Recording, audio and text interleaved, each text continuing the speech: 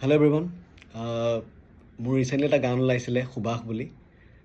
গানটো বহুতে শুনি কমেণ্ট কৰিছে, মেছেজ কৰিছে ভাল ভাল লাগিছে বুলি।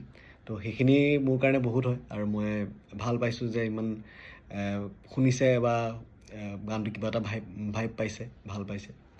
তো সেইখিনি বস্তুৰ কাৰণে মই চবকে থেংক ইউ কৈছোঁ যোনে যোনে শুনিলে গানটো। আৰু যোনে যোনে নাই শুনা, স্পটিফাই আৰু ইউটিউবত গানটো আছে বৰ্তমান। গানটো শুনিব পাৰিব আপোনালোকে। গানটোৰ নাম হৈছে সুবাস।